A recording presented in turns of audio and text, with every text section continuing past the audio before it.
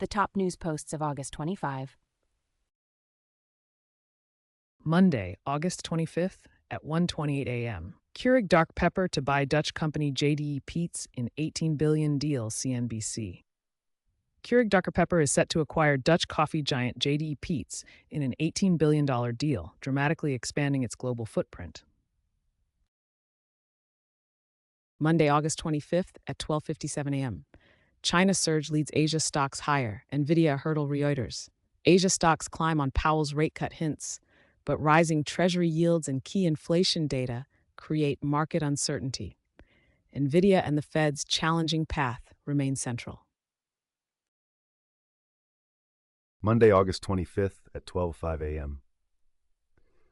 California wine country wildfire near 7,000 acres, mandatory evacuations, ordered ABC News. Wildfires are raging across California and Oregon.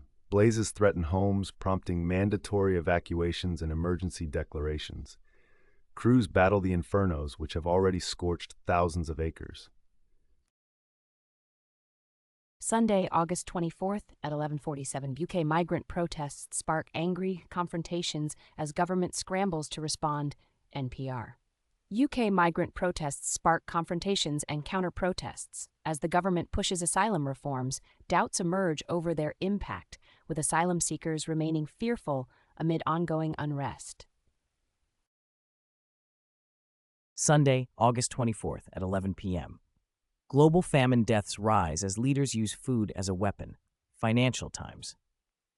Famine is now confirmed in Gaza. With children dying in visible malnutrition, food is weaponized.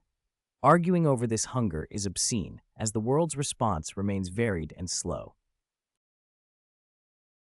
Sunday, August 24th at 10:16 p.m.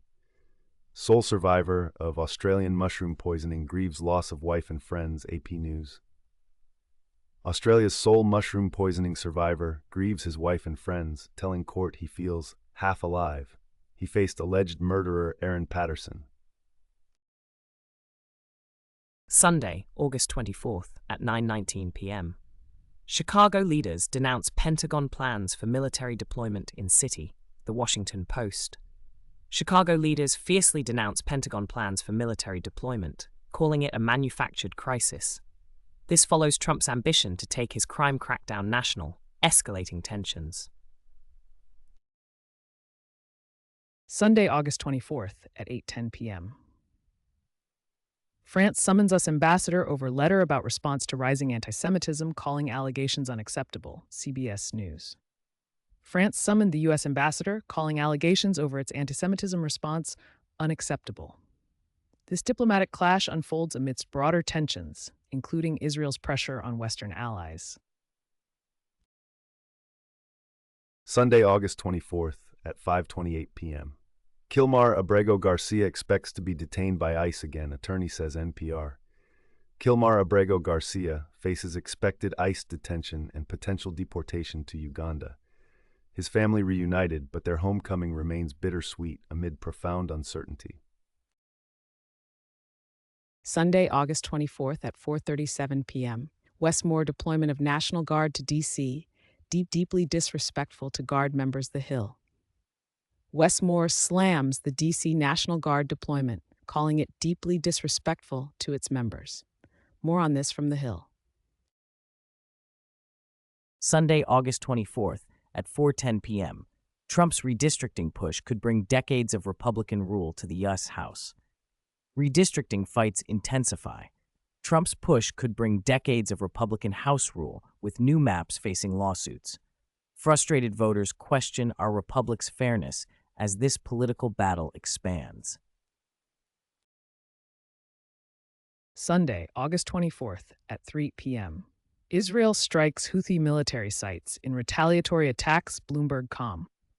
Israel retaliated against Houthi military sites in Yemen, reportedly killing 6, after the rebels fired new missiles and cluster munitions at Israel. Sunday, August 24th at 12:33 p.m. J.D. Vance defends federal investigation into former Trump advisor John Bolton, Politico. The FBI's raid on former Trump advisor John Bolton sparks debate, rule of law or lawfare. As officials wonder who's next, Federal investigations into Trump allies continue. Sunday, August 24th at 12:27. European shippers cut us off as tariff deadline nears. Axios. Fearing customs chaos, global carriers like DHL are suspending U.S. shipments as new tariff regulations take effect. Businesses now face significant challenges and scramble to adapt. Sunday, August 24th at 9:21 a.m. Zelensky marks Ukraine's Independence Day with diplomacy in Kyiv and a plea for peace. The New York Times. Ukraine marked Independence Day. President Zelensky vowed to fight on and pursue peace, declaring Kyiv will not lose. Global support highlighted their unbreakable spirit.